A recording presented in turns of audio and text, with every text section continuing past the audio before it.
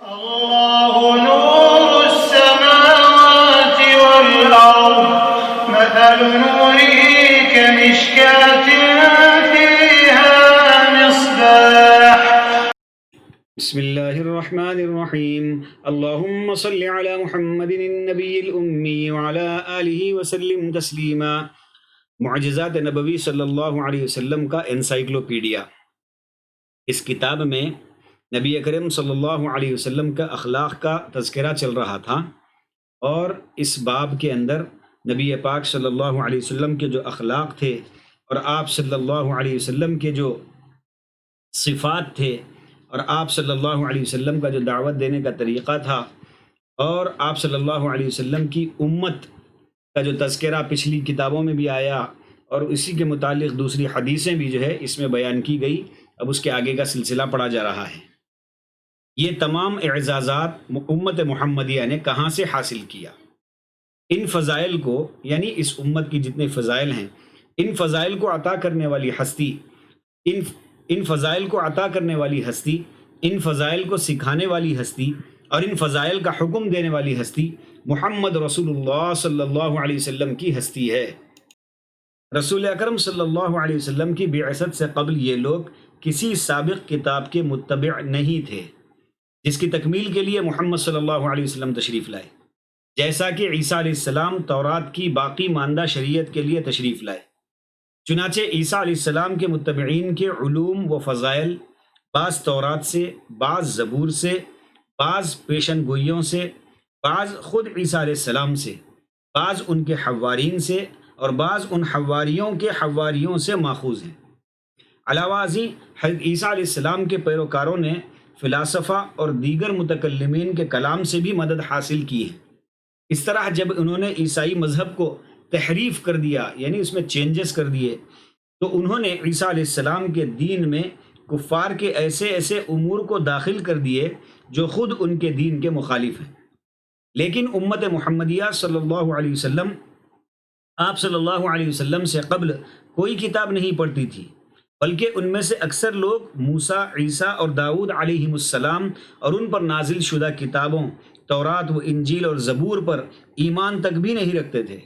رسول اللہ صلی اللہ علیہ وسلم نے انہیں حکم دیا کہ وہ تمام انبیاء علیہم السلام پر ایمان لائیں اور اللہ کی نازل کردہ تمام کتابوں کا دل سے اقرار کریں، اور آپ صلی اللہ علیہ وسلم انہیں اللہ کے رسولوں کے درمیان تفریق کرنے سے منع فرمایا.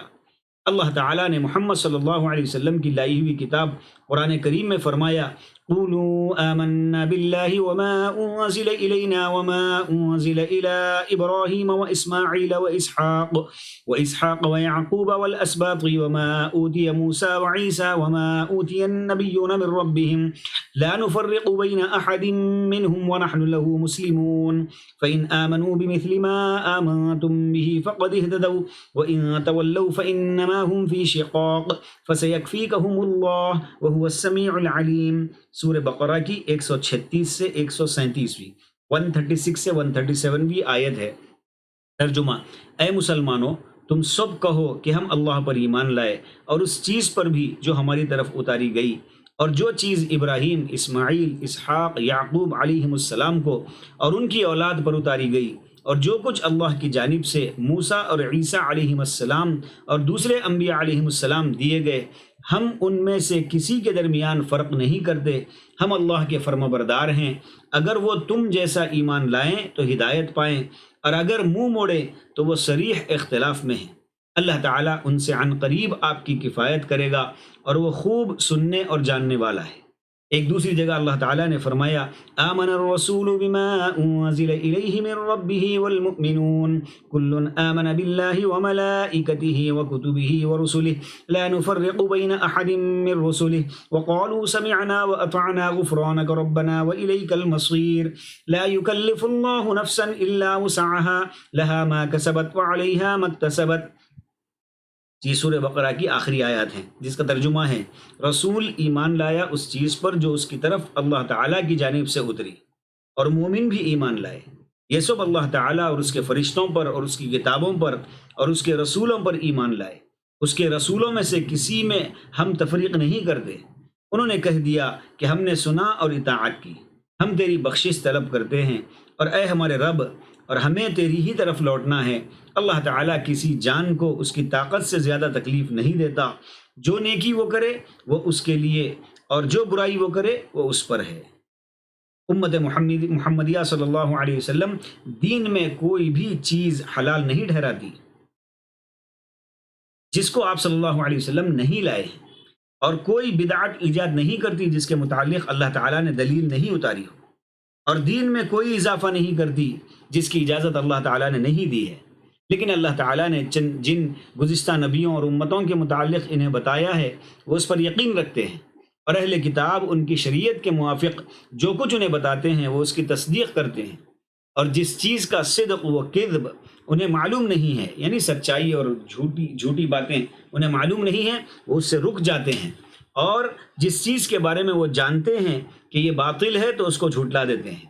اور جو کوئی ہندوستان، فارس اور یونان کے فلاسفے یا ان کے علاوہ دوسروں کے اقوال دین میں داخل کرتا ہے اسے امت محمدیہ کے لوگ ملحد اور بدعتی گردانتے ہیں۔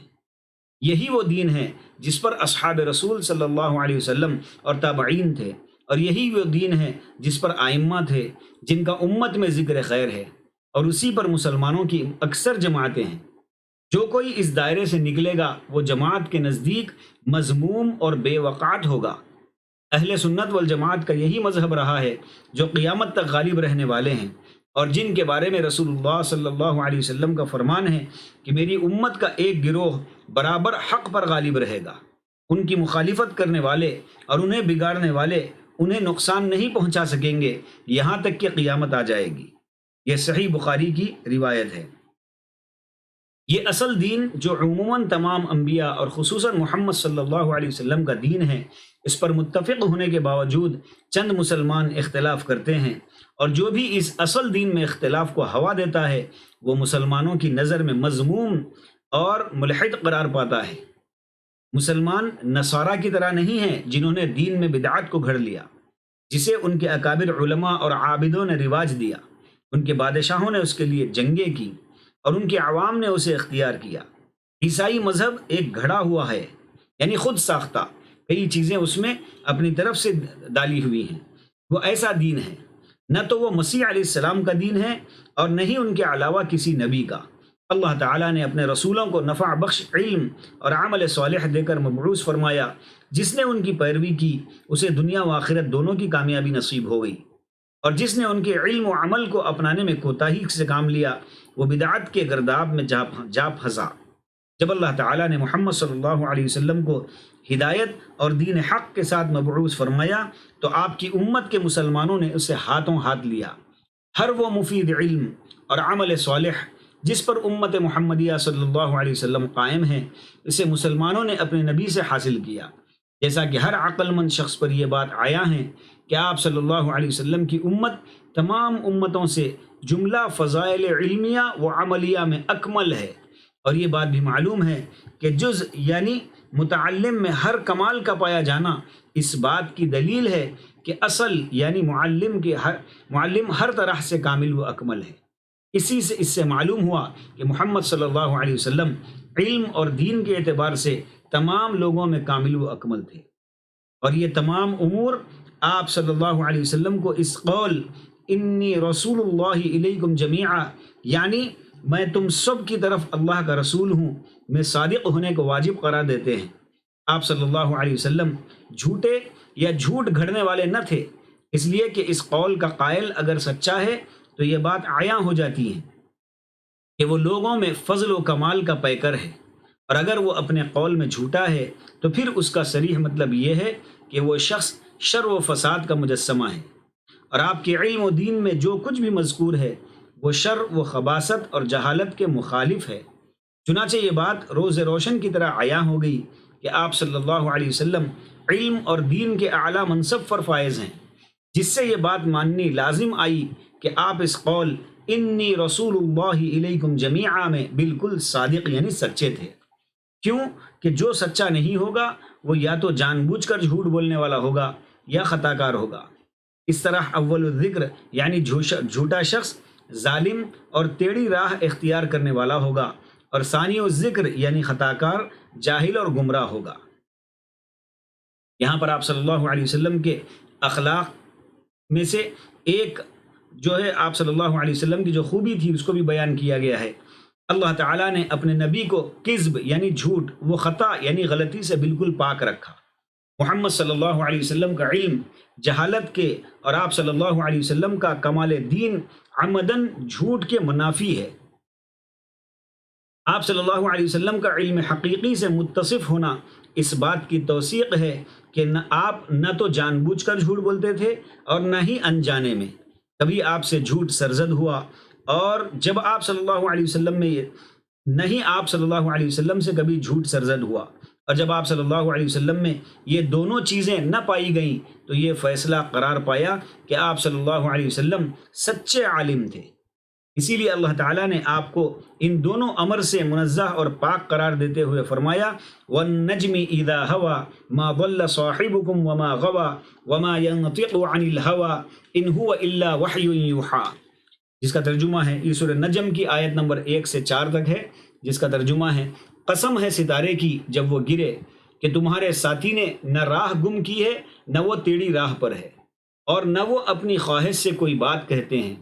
وہ تو صرف وحی ہے جو اتاری جاتی ہے۔ اللہ تعالیٰ نے اس فرشتے کے متعلق ارشاد فرمایا جو وحی لے کر آئے تھے،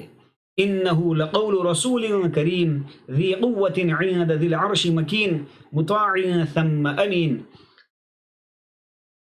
یہ سورہ تکویر کی آیت نمبر 19 سے 21 ہے، جس کا ترجمہ ہے بے شک قرآن معزز رسول کا قول ہے، وہ رسول قوت والا، عرش والے کے نزدیک بلند مقام والا ہے، وہاں اس کی بات مانی جاتی ہے، امانت دار ہے۔ ایک اور جگہ اللہ سبحانہ تعالیٰ نے ارشاد فرمایا وَمَا صَاحِبُكُم بِمَجْنُونٍ وَلَقَدْ رَآهُ بِالْأُفُقِ الْمُبِينِ وَمَا هُوَ عَلَى الْغَيْبِ بِضَنِينٍ وَمَا هُوَ بِقَوْلِ شَيْطَانٍ رَجِيمٍ فَأَيْنَ تَذْهَبُونَ إِنْ هُوَ إِلَّا ذِكْرٌ لِّلْعَالَمِينَ۔ سورہ تکویر کی 22 سے 27ویں آیتیں ہیں، جس کا ترجمہ ہے اور تمہارا ساتھی دیوانہ نہیں ہے، اس نے اس فرشتے کو آسمان کے کھلے کنارے پر دیکھا بھی ہے، اور یہ غیب کی باتوں کو بتلانے میں بخیل بھی نہیں، اور یہ قرآن شیطان مردود کا کلام نہیں، پھر کہاں جا رہے ہو، یہ تو تمام جہان والوں کے لیے نصیحت نامہ ہے۔ ایک اور جگہ اللہ تعالیٰ نے فرمایا ہے وَإِنَّهُ لَتَنزِيلُ رَبِّ الْعَالَمِينَ نَزَلَ بِهِ الرُّوحُ الْأَمِينُ عَلَى قَلْبِكَ لِتَكُونَ مِنَ الْمُنذِرِينَ بِلِسَانٍ عَرَبِيٍّ مُبِينٍ۔ سورہ شعراء آیت نمبر 192 سے 195، 192 سے 195، جس کا ترجمہ ہے اور بے شک وہ شبہ یہ قرآن رب العالمین کا نازل فرمایا ہوا ہے، اسے امانت دار فرشتہ لے کر آیا ہے، آپ کے دل پر اترا ہے کہ آپ آگاہ کر دینے والوں میں سے ہو جائیں، صاف عربی زبان میں ہے۔ آگے اسی سورے میں فرمایا هل انبئکم علی ما تنزل الشیاطین تنزل علی کل افاک اثیم یلقون السمع واکثرهم کاذبون، آیت نمبر 221 سے 223، جس کا ترجمہ ہے کیا میں تمہیں بتاؤں کہ شیطان کس پر اترتے ہیں؟ وہ ہر ایک جھوٹے گنہگار پر اترتے ہیں، اچٹتی ہوئی سنی سنائی پہنچا دیتے ہیں، اور ان میں سے اکثر جھوٹے ہیں۔ اللہ تعالیٰ نے بیان کیا کہ شیطان انہی پر نازل ہوتا ہے جو اس کا ہم خیال ہوتا ہے، تاکہ وہ اپنے مقصد میں کامیاب ہو جائے، کیونکہ شیطان شر و فساد اور کذب و فجور چاہتا ہے، وہ صداقت و عدالت کا یعنی سچائی اور انصاف کا خواہاں نہیں ہوتا، اس لیے وہ انہی لوگوں کے قریب جاتا ہے جو جھوٹے ہوتے ہیں، خواہ وہ جان بوجھ کر جھوٹ بولتے ہوں یا پھر غلطی اور فجور کے یعنی گناہوں کے سبب ان سے جھوٹ سرزد ہوتا ہے۔ چونکہ دین میں خطا شیطان کی طرف سے بھی ہوتا ہے، اس لیے عبداللہ بن مسعود رضی اللہ عنہ سے جب ایک مسئلے کے متعلق دریافت کیا گیا تو انہوں نے جواب دیتے ہوئے کہا کہ اس مسئلے کے متعلق یہ میری رائے ہے، اگر میری رائے درست ہو تو یہ اللہ کی طرف سے ہے، اور اگر غلط ہو تو میری طرف سے اور شیطان کی طرف سے، اللہ تعالیٰ اور اس کے رسول اس سے بری ہیں۔ یقیناً رسول اکرم صلی اللہ علیہ وسلم عمدن و خطاً یعنی جو کام آپ نے قصدن کیا ہو یا غلطی سے سرزد ہو گیا ہو، دونوں صورتوں میں شیطان کے نزول سے آپ صلی اللہ علیہ وسلم محفوظ تھے۔ اس کے برخلاف دوسرا انسان انبیاء و رسول اس سے مستثنا ہیں۔ بسا اوقات غلطی کر بیٹھتا ہے اور اس کی غلطی شیطان کی طرف سے ہوتی ہے، اگرچہ اس کی غلطی معاف کر دی جاتی ہے۔ چنانچہ جب آپ صلی اللہ علیہ وسلم کی دی ہوئی خبر میں آپ کی جانب سے کوئی خطا ثابت نہیں ہوئی اور نہ ہی آپ کے دیے ہوئے کسی حکم کے اندر آپ کو کوئی فاجر ثابت کر سکا، تو معلوم ہوا کہ آپ صلی اللہ علیہ وسلم پر شیطان نہیں بلکہ برگزیدہ فرشتہ وحی لے کر اترا تھا۔